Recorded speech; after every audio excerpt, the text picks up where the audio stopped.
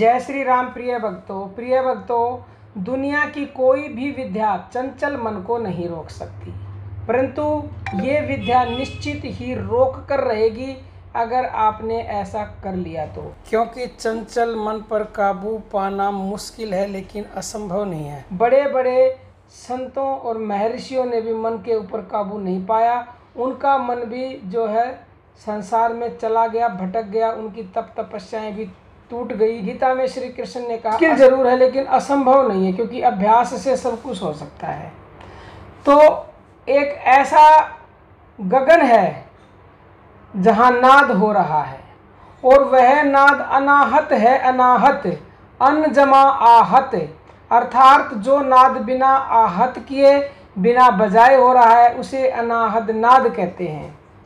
उसे ही योगी और साधक हृदय आकाश में सुनते हैं। यानी कि वो अनाहत नाद हम सब के अंदर दिन रात बज रहा है, अपने आप बिना बजाए, बिना किसी आहत के।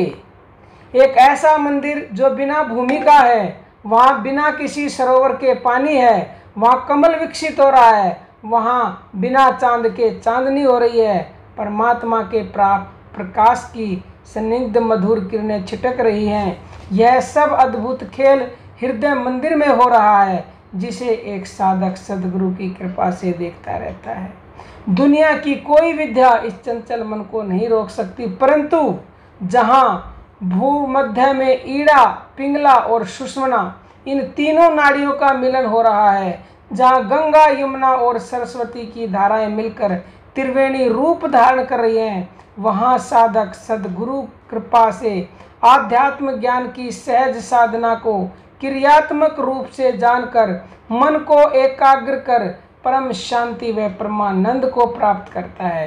कहने का अभिप्राय ये है कि अनहद नाद रूपी संगीत जो हम सब के अंदर बज रहा है, जिसे इनर साउंड परमात्मा की आवाज़ कहा जाता है, अगर आप उसे सुनना आरंभ कर देते हो नित्य प्रति, तो ये आपका जो चंचल मन है ये एकदम से रुक जाएगा, एकदम से इसके ऊपर लगाम लग जाएगी, इसे परम शांति मिलेगी वहाँ, क्योंकि इसको उस आवाज़ में इतना आनंद आएगा कि ये कहीं जा ही नहीं सकता, ये सुखी हो जाएगा। क्योंकि मन को सुख चाहिए, ये जन्मों से सुख के लिए भटक रहा है। जिस दिन उसे इस धुन में आनंद आ जाएगा फिर इसे रुकना ही पड़ेगा, क्योंकि सुख को छोड़कर कौन जाना चाहता है। और ये परम सुख है, परम सुख ही नहीं परम सुख है। तो अगर आप प्रतिदिन उस आवाज़ को सुनते हो जो हम सब के अंदर बज रही है, अगर आपको सुनती है तो अच्छी बात है, नहीं तो अपने दोनों कानों को उंगलियों से बंद करें, एकांत में बैठकर 15-20 मिनट के बाद ही वो आवाज़ आपको सुनाई देने लगेगी और आपको वो आनंद आएगा कि आप सब कुछ भूल जाएंगे, सब दुख गम भूल जाएंगे। तो प्रतिदिन ये अभ्यास करें और अपने चंचल मन को एक शांत करने वाली, रोकने वाली यह विद्या नित्य प्रति करें। जय श्री राम। प्रिय भक्तों।